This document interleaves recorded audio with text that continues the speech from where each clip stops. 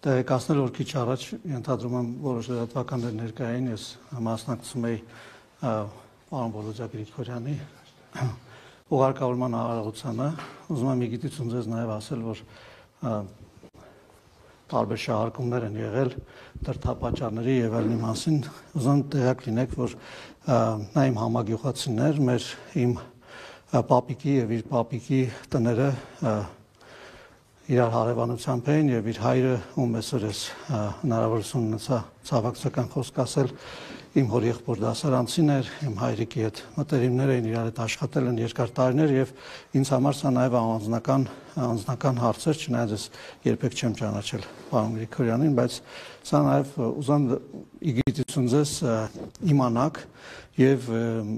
քանի որ բազմաթիվ հարցեր են հնչել, ուզում եմ միանգամից ասել, որ